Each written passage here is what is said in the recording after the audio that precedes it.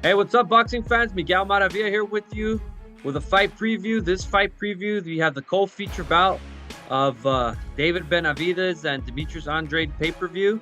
This fight, you have WBC middleweight champion Jermall Charlo making his return to the ring as he takes on former world champion Jose Benavidez Jr.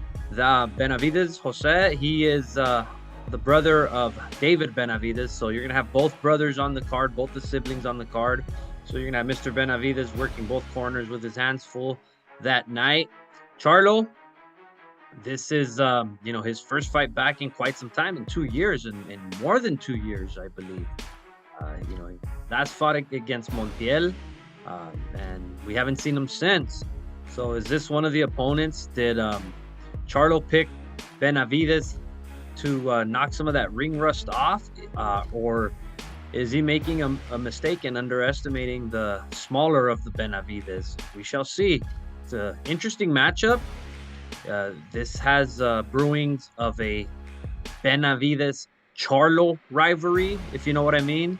So let's just say if Charlo is victorious in this one, there's a possibility, brother might want to avenge big brother. But for the time being, this is a solid matchup and a solid co-feature bout, as it will warm up the evening. We shall see how this transpires. As mentioned, this will be the co-feature to David Benavidez, Demetrius Andrade, as Jose Benavidez and Jermall Charlo square off. Taking place Saturday, November 25th at the Mandalay Bay Event Center, the Michelob Arena at Mandalay Bay. Live on Showtime pay-per-view. As Jose Benavidez Jr. from Phoenix, Arizona, the former world champion with a record of 28-2, 1 draw, 19 knockouts. He won his first world title back in 2014, winning the interim WBA super lightweight title as he won a decision over Mauricio Herrera. He then moved up to 147, had a few fights. And in 2018, he challenged pound-for-pound great Terrence Crawford and was stopped in the 12th and final round in his bid for the WBO welterweight title. Since the defeat to Crawford, he has posed a 1-1-1 record. As following the defeat to Crawford, he fought a draw to Francisco Torres. And then last year, he dropped a majority decision to former welterweight champion Danny Garcia. And in his last fight,